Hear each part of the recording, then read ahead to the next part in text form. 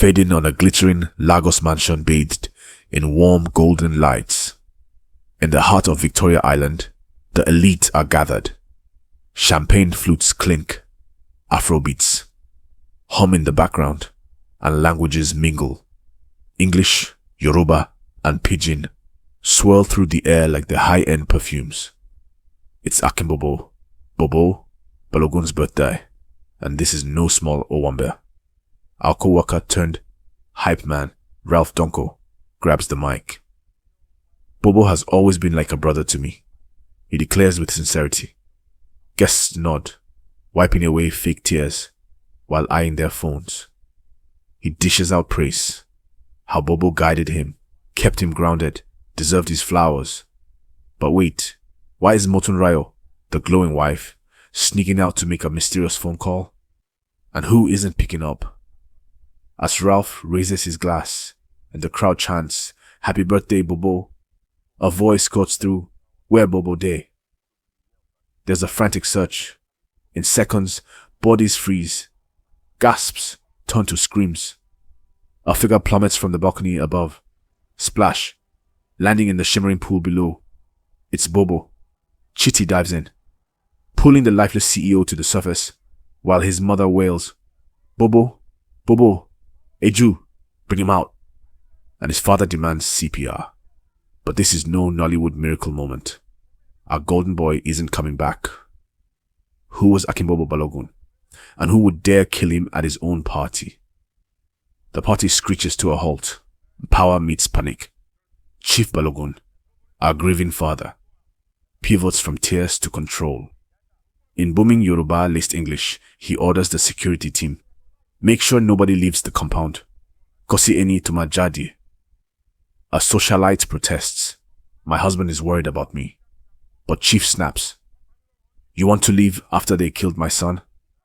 "Never." Phones ring. "Hello, Commissioner?"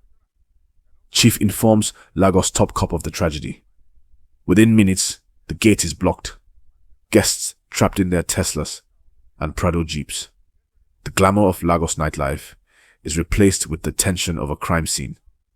Enter Detective Habiba, Detective Etim, and Inspector Moshood, our official investigators, cool in their standard uniform, walking past jittery drivers who quietly mumble prayers. The camera lingers on Habiba's sharp eyes. She instructs the officers to leave their own vehicle outside. No one gets in or out, collect every phone.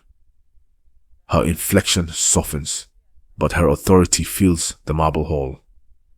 Are these professionals ready to untangle the secrets of Lagos high society, or are they about to miss obvious clues hidden in plain sight?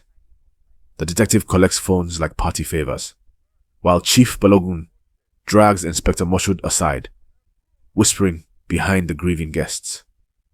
Who needs evidence when your power can influence an investigation? Habiba's gaze follows him. "Who is that man?" she asks her partner. "The victim's father," he replies. File that under potential interference. Downstairs, she examines Bobo's corpse. "Was he drinking?" she asks. Martin shrugs. "Of course, it's a party." Habiba notes the spilled wine, the broken glass. And yet, she nearly misses the cleaning lady sweeping the scene. Our detective persona wants to scream, "Leave the evidence alone." But we're just along for the ride. When Habiba finally stops the maid, "Tea or coffee?" she chirps. You can almost hear the ghost of Bobo muttering, "Thank you." With forensic kits deployed and voices rising, a team asks the obvious.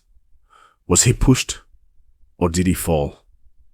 A guest mutters, "Sir question," highlighting the sarcasm of a Lagos party-goer who believes the answer is obvious.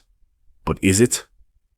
Everyone's eyes drift upward to the balcony, the trajectory of a mysterious fall. Beyond the yellow tape, Mama Bobo is a masterclass in performative grief. Her Yoruba cries echo through the marble corridors, white lace drenched with tears. "They've killed my son.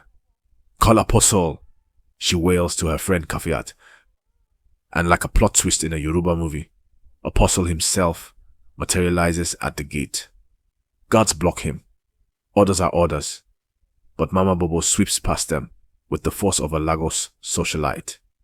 In a whisper, she confides to Apostle, "This wife brought no happiness, only sadness. I knew from day one that evil would come." The Apostle, part spiritualist and part shrink, offers a chilling prophecy. She will recognize her son's killer by the spotless gift they present. We, the audience, file this away. Could the scene with the gift be foreshadowing? Or is this just another red herring served on a silver platter? Detective Habiba starts with the inner circle. Martins, John Paul, JP, and Chidi, the boys who grew up with Bobo, parted with him in Lekki clubs. Martins enters aggressive, lips twitching, withdrawal symptoms bubbling under his polished Agbero facade. He reminisces about free-flowing champagne, Friday nights in Victoria Island clubs, and the moment he couldn't pay his bill and had to beg Bobo for a transfer. JP's flashback is more sobering.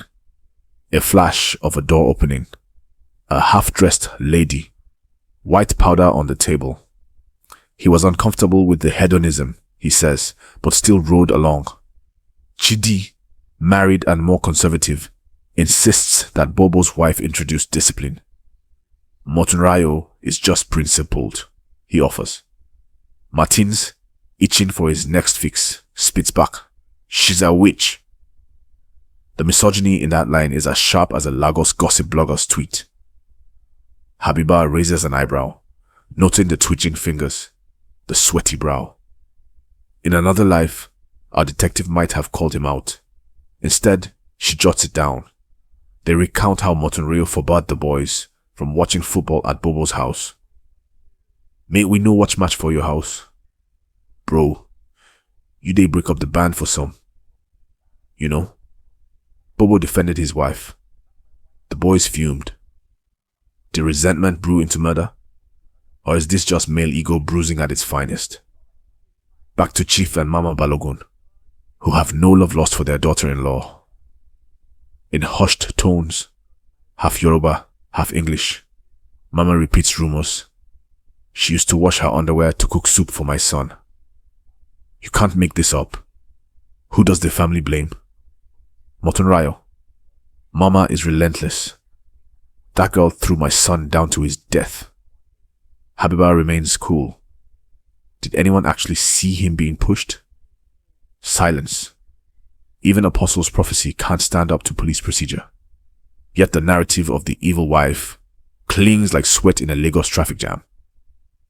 Social themes of patriarchy, control and scapegoating loom large. Habiba confronts them again to think deeply on anyone at all who would want to harm Bobo. We see Chief hinting at darker secrets. Documents Bobo had. Secrets he might leak. "I'm a monster, ruthless," he warns in a flashback. Was Bobo blackmailing his own father? The plots thicken, not like egusi soup. As the detectives try to maintain order, Inspector Moshood seems suspiciously ready to side with Chief. He whispers about bribing the team, hinting at high-level corruption. Chief tries to bribe his way to a convenient arrest. "We have evidence," he hints. Inspector Moshood is all ears, his palm itching for a brown envelope. Habiba and Detective Etim, moral compasses in a compromise system, sense foul play. Etim defends Habiba when Chief mocks her competence because she's a woman. The sexism stings, but our detective persona senses a deeper wound as Habiba flashes back to her own marital struggles. Power dynamics aren't just between rich and poor. They also play out along gender lines. As episode 1 wraps, we step back. The cinematography is lush, soft focus on Lagos mansions, designer fashion glinting on the chandeliers, city skylines that scream wealth and decadence. The performances are standout. The grieving mother embodies Yoruba melodrama with raw emotion. Even the detectives radiate cool professionalism beneath the surface chaos. Yet, for all the high-gloss aesthetics and cultural richness, the mystery is far from resolved. Motives abound, family secrets, jealous friends, marital power struggles. But hard evidence is scant, and with so many voices speaking, truth gets lost in translation. Will episode 2 bring clarity, or will it leave us pondering the performative grief and class warfare simmering beneath Lagos' polished exterior? Don't expect every thread to be neatly tied. This party may leave you with more questions than answers. We open episode 2 not with fireworks, but with a cold interrogation room bathed in fluorescent light. Gone are the sequins and cocktails. In their place sits Alhaji Quadri, one of the building's tenants, dressed in a pristine agbada, a string of worry beads in hand. He wasn't at the party, he says. Kinitemi. I had better things to do, he scoffs in Yoruba, then switches to English. I don't go to kids' parties. You'd think a man so removed from the frivolous would be shocked about a death in his compound. Habiba is unfazed. But you were on the balcony, watching the commotion, she presses. Is that a crime? He retorts, eyebrow arched.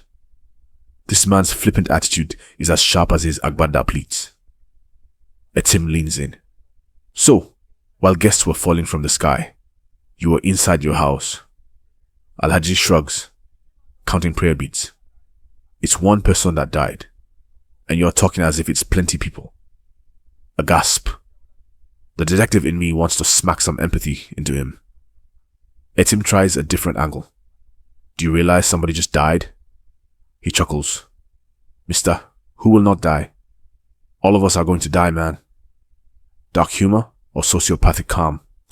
In Lagos, sometimes it's both. Why isn't this man bothered? Is his carefree attitude a mask? Or is he just that blasé? Next on the hot seat is Deji, another friend from Bobo's inner circle. I saw him go upstairs with his friend, he says casually. Habiba raises an eyebrow. I thought you were one of his friends. Deji stumbles. I mean his friend from work. Enter Ralph Donko, the charismatic co-worker we saw, giving the heartfelt speech minutes before tragedy struck. He tells the police it was Bobo who asked him upstairs to talk business. We need to cut production costs, Bobo supposedly said, but the surveillance footage begs to differ. As they step into the penthouse suite, Ralph is the one who suggests they put work aside. Let's drink for now, he says, eyeing the apartment like a hungry hawk. Bobo obliges, hunting for a wine opener, while Ralph admires the high-gloss decor. Dark wood, minimalist art, leather chairs imported from Milan. This is Lagos wealth, no cap. Ralph declines the wine and asks to use the restroom. When he recounts this to the police, Habiba notices he keeps scratching his thumb. Nervous tick, guilt, or just mosquito bite. On his way back from the restroom, Ralph says, something weird happened. According to him, John Paul, JP, barged in, shouting and angry. But when JP gives his account, he insists it was a guy-to-guy celebration. Who's lying? Is it an argument Ralph overheard, or just drunk men slapping shoulders? Inspector Moshood smirks.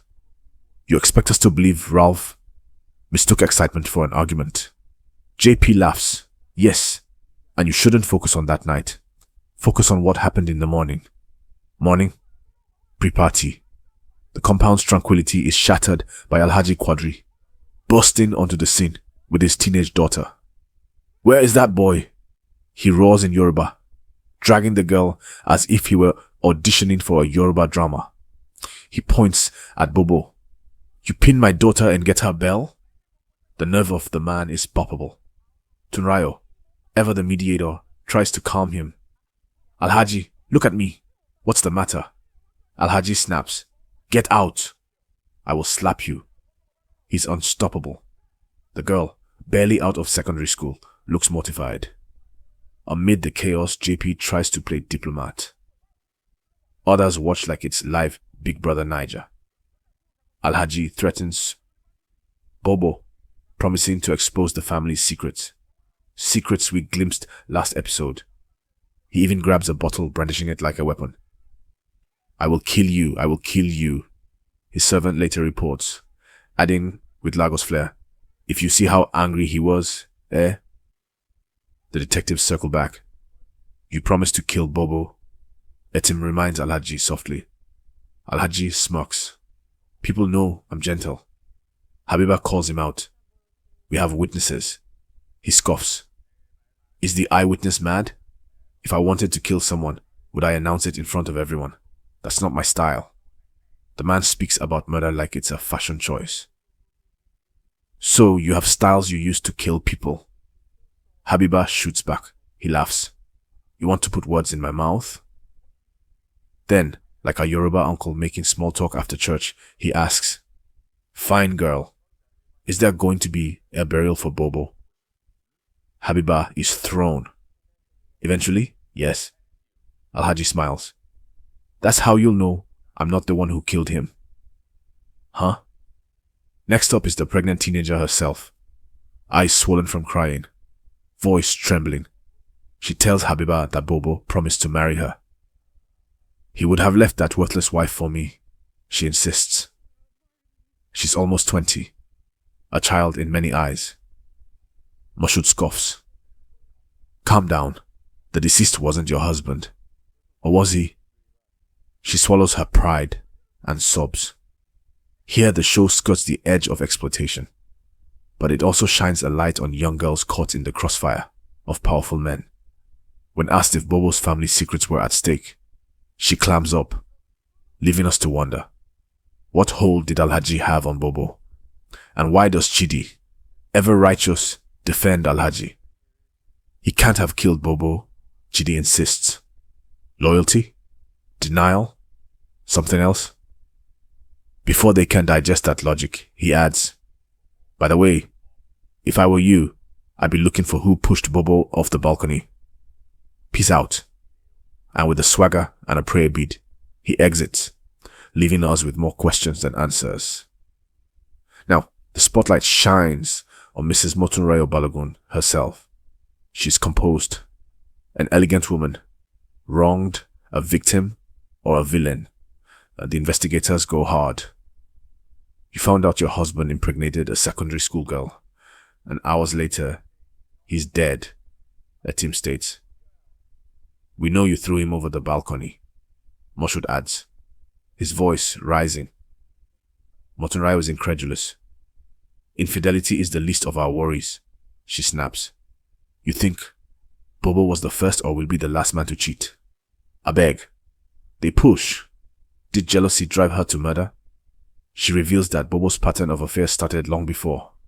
Onyiye, Mrs. Ebe, being Exhibit A.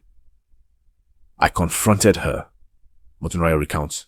Mrs. Queen, aka Mrs. Ebe, JP's wife, sits elegantly in the interrogation chair, nails immaculate, hair laid.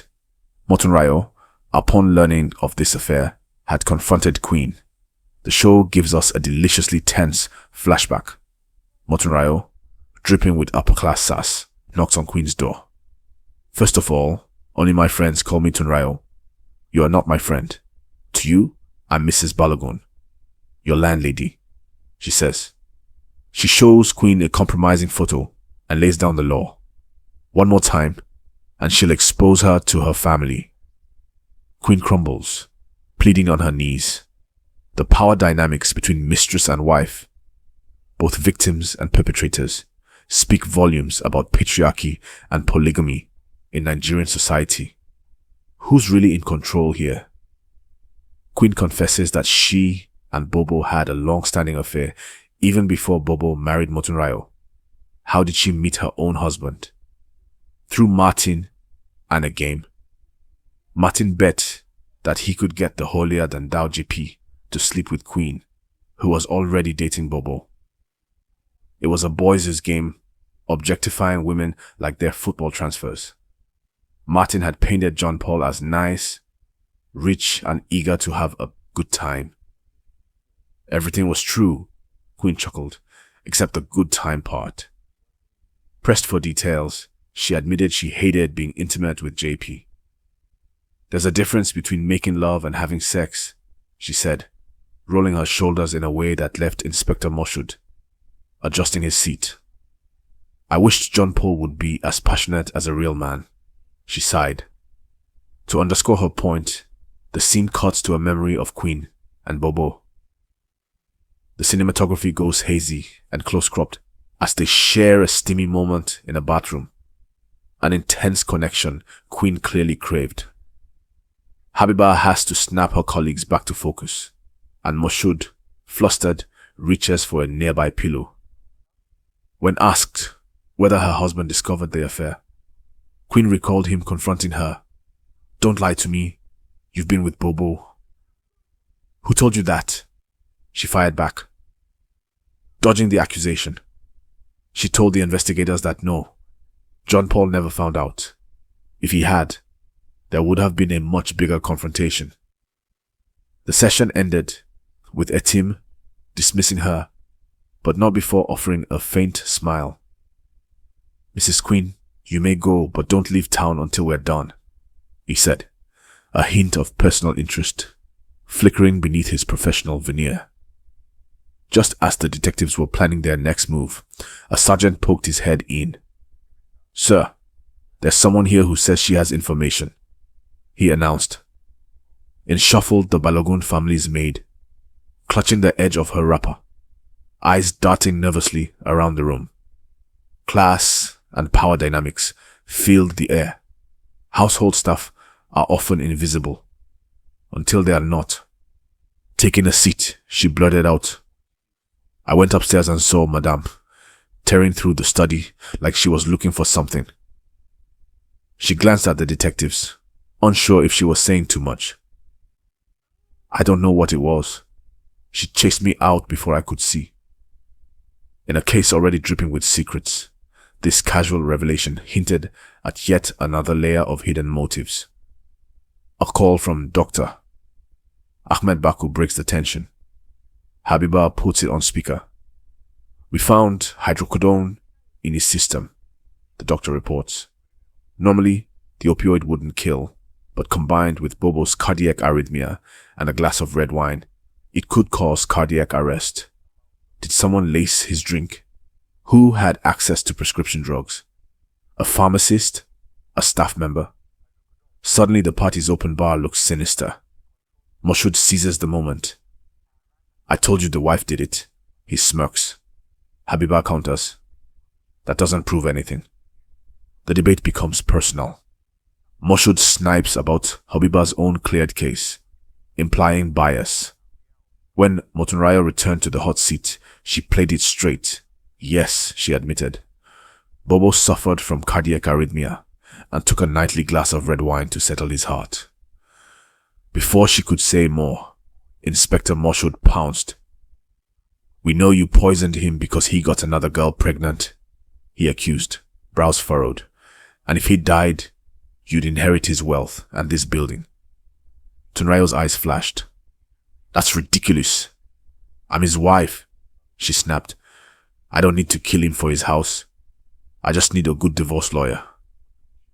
Moshood wasn't swayed. "We know you expected him to die quietly in his sleep, not in the pool," he persisted. The sparring escalated until Tunrayo slammed down her metaphorical gavel. "Take me to court if you must, but stop talking to me like a criminal." Habiba tried to shift the focus. "Your house help said," she began. "I don't have a house help," Tunrayo interrupted, revealing that the maid who claimed to see her rummaging in the study actually worked for her mother-in-law. Pressed about what she had been searching for, Tunrayo shut down. "I'm saying nothing else without my lawyer." And that was that. No more cooperation. Moshood, eager for resolution, unclipped his handcuffs. "Mrs. Balogun, you are under arrest for the murder of your husband, Mr. Akinbobola Balogun." As officers led her out, her composure crumbled. Habiba, ever the thorough detective, spotted the half-finished bottle of wine on the evidence table and whispered to an officer to send it to the lab. The episode closed on Madame Balogun's tear-streaked face and a slew of unanswered questions. Was she really the killer? What on earth was she hunting for in that study? Episode 3 promises the answers, and as every detective knows, the truth is rarely what it seems. Episode 2 dives deeper into the labyrinth of lies and lust, woven through Lagos's elite. The direction continues to dazzle. Sleek interiors, designer outfits, and cinematography that captures both Ikoyi's glitz and the seedy underbelly of its residents. Performances shine. The actor portraying Alhaji Quadri steals scenes with his blasé humor. Queen oozes sensuality and vulnerability, and Motunrayo commands empathy and suspicion simultaneously. Yet, despite the strong production values and cultural richness, the mystery is still unresolved. Did Motunrayo poison the wine? Did someone else push Bobo over the balcony? What secrets did Chief Balogun hide in his study? And what of Alhaji's threat to expose family secrets? Episode 3 promises answers. But if Episode 2 has taught us anything, it's that every revelation brought new questions. Keep your detective hats on. The final chapter might leave you both satisfied and craving more. Episode 3 wastes no time. We begin with Motunrayo Balogun, under the harsh glare of police station lights, hair pulled back, makeup smudged, a mugshot flashes, front, side, profile. Her statement is recorded, her rights read. She stays silent. Stoicism has become her armor. Enter barrister extraordinaire, a Lagos lawyer in a crisp suit, Yoruba accent thick, eyes blazing. Once Motunrayo's innocence is proven in court, she declares, wagging her finger, "I'll sue these 3 policemen for the way they treated my client." In a show about class and power, even the law knows that sometimes the obvious clue is overlooked in favor of the convenient suspect. Flashback to the party. Deji carrying the wine like a waiter at a high-end Ikoyi club. He hands it to Martins, who passes it to Bobo with a grin. Bobo, ever the host, asks, "Where is JP? I haven't seen him and his wife." Deji lies that they couldn't make it. Bobo rolls his eyes. "Shame on you guys," he mutters. Then he scolds, "Martins first. Una give me my birthday gift." That bottle of wine, meant to toast to life, becomes a weapon. Back in the interrogation room, the lawyer presses, "Did you question the couple who discovered my client's affair with Bobo?" Moshood admits, sheepishly, "Yes." Etim adds that Queen claimed her husband didn't know about the affair. The lawyer laughs. "So you believed her over my client, dragged my client to jail, and didn't pursue the husband who had every reason to kill the victim?" His sarcasm drips thicker than the palm wine at a Yoruba traditional wedding. The officers squirm. They know they've ignored leads. Because in this society, suspicion often follows the path of least resistance. The woman, Moshood, on the verge of retirement, feels attacked. He recounts his years in the force, the limp he carries from a bullet. "Do you think you love this job more than I do?" he barks. Being in the system is a different ballgame. Intentions don't matter. Things don't always go the way we want. Habiba, fed up with the old guard cynicism, storms out. Etim stands his ground, snapping back that success isn't about kowtowing to the rich. Moshood explodes. "Barrister, I know that woman is guilty. I can feel it in my bones." The lawyer coolly responds, "Unfortunately, your bones are not admissible in court." Cue a collective chuckle from viewers who know too well the Nigerian police's penchant for gut feelings. The power struggle here isn't just about solving a case. It's about generational ethics, gender roles, and institutional corruption. Queen is recalled. Etim confronts her. You lied. Your husband knew about the affair that morning. Did he ask you to lie? Queen, eyes darting, admits she was protecting JP. But JP himself insists he didn't kill Bobo. Under pressure, his story crumbles. He confesses that when he confronted Bobo, "Why the hell are you banging my wife?" They argued on the balcony. Bobo called it a bet. He only introduced Queen to JP so he could taste her as part of a game. JP married her instead. Bobo apologizes. JP punched him hard. I really wanted to push him, but I didn't, JP admits. He stormed off, leaving Bobo alive. For the moment, then it's Martin's turn. Remember the borrowed wine? Turns out he owes Bobo not 100,000 naira, not 1 million naira, but 150 million naira. Debt is a heavy load, but he swears he didn't kill Bobo. Killing him, he argues, wouldn't erase the debt. It would transfer it to Motunrayo.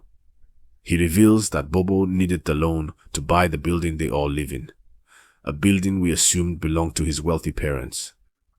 Why would a CEO need to buy his parents' property? Because power in Lagos is never straightforward. Chief Balogun and his wife return, their faces lined with grief and privilege. Chief says he and his wife signed the deed over to Bobo as a birthday gift. Mama Balogun crosses her arms. She confesses she actually wanted to sell the house because Bobo had neglected her in favor of his wife. Yoruba mothers and their sons. But the real bombshell is yet to drop. Motunrayo hints at a secret. She says Alhaji Quadri once handed Bobo an envelope containing a flash drive. It held something that could bring the Balogun dynasty crashing down. Habiba calls in Alhaji to confirm. He recounts a meeting with Bobo in his car. Bobo confided that his parents demanded he buy the property he'd renovated. He was desperate to keep the building.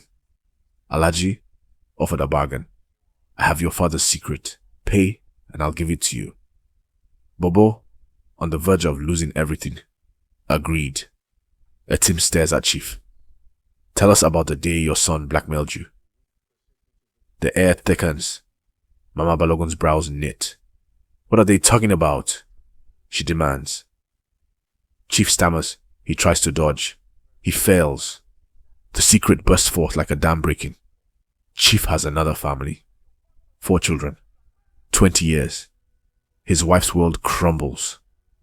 1 child could be a mistake. 4 is deliberate. He sobs. Yoruba curses, pouring out. The friend, Kafaya, the ever-present neighbor we thought harmless, smirks. She is the mistress. The spotless gift prophecy resurfaces. This is Nollywood melodrama at its finest, dripping with betrayal, class hypocrisy, and performative shock.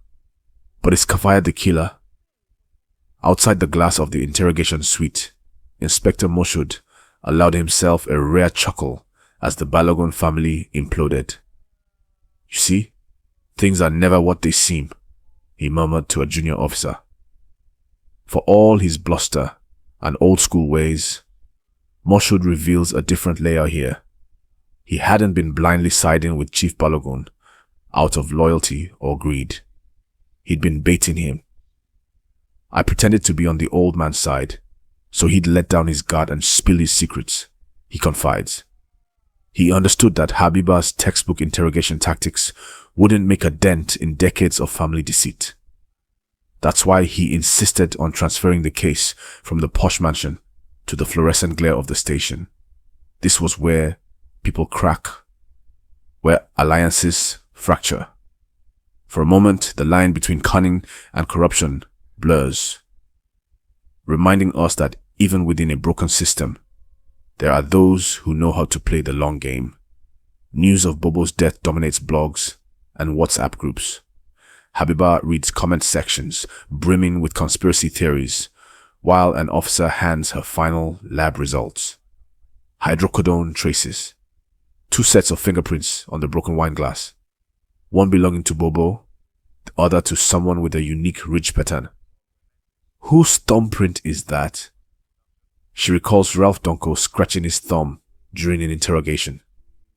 A scar. A unique print. Meanwhile, at Bobo's burial, Yoruba customs clash with modern grief. Mama Balogun insists on attending, an abomination in her culture, but she can't let go. Ralph Donko arrives in a crisp agbada, offering condolences. There are documents about his entitlements. He whispers, then pulls out a white handkerchief. He hands it to Mama Balogun to wipe her tears. As she dabs her eyes, prophecy flashes through her mind. The spotless gift. She gasps.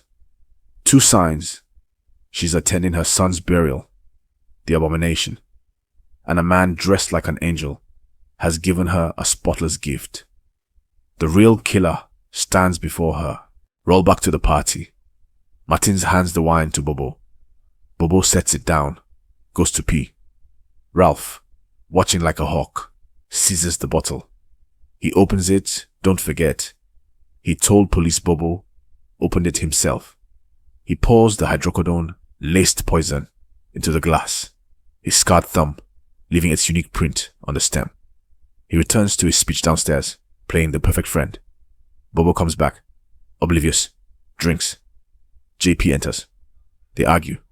JP punches him, leaves. Bobo, dizzy from the poison, staggers. His nose bleeds. He drops the glass. He grabs the railing, slips, and plummets into the pool. Everyone looks up. Everyone blames someone else. The true murderer disappears into the crowd, later to give Mama Balogun a white handkerchief. Like an angel, Habiba pieces it together. Mama Balogun pieces it together. They share a look that cuts across time and space. How do you convict a man based on a prophecy and a scar? Nigerian courts don't accept spiritual evidence. But for the audience, the case is closed. Ralph Donko killed Bobo. He did it to secure his position at work, to keep the production cost conversation quiet, perhaps to get a cut of the property, or to curry favor with the real owners. The motive remains murky, but the evidence points squarely at him. The final chapter of The Party brings the investigation full circle. The narrative ties up its threads with a jaw-dropping twist that no one saw coming. Ralph Donko, the sentimental colleague, emerges as the villain hiding in plain sight. The episode cleverly uses Yoruba prophecy to misdirect and reveal. It explores themes of patriarchy, secret families, inheritance wars, and the price of silence. Performances reach their peak. The lawyer's courtroom swagger, Mama Balogun's guttural cries, and Ralph's wolf in sheep's clothing act all shine. Femi Branch's nosy neighbor, revealed as Kafaya, adds a layer of sly wickedness that makes you question every auntie in your compound. The production remains top-notch, with crisp cinematography, contrasting Lagos luxury with its moral decay. The soundtrack blends Yoruba chants and Afrobeats, heightening tension. Yet, for all its closure, the show leaves us pondering. Will Modonroyo ever be truly exonerated? Will Chief's other family claim their share? And what happens to Ralph? The movie intentionally leaves some questions open, understanding that a good story lingers, like the aftertaste of spicy suya. My verdict? The Party sticks the landing. It delivers suspense, cultural depth, and social commentary without needing a season 2. It's a crisp 8 out of 10 from this detective narrator. So detectives, what did you learn? Did you spot the killer before the reveal? Drop your theories and moral lessons in the comments. And if you enjoyed this journey through Lagos's glamorous yet treacherous elite, don't forget to like, subscribe, and hit that notification bell for more cinematic investigations.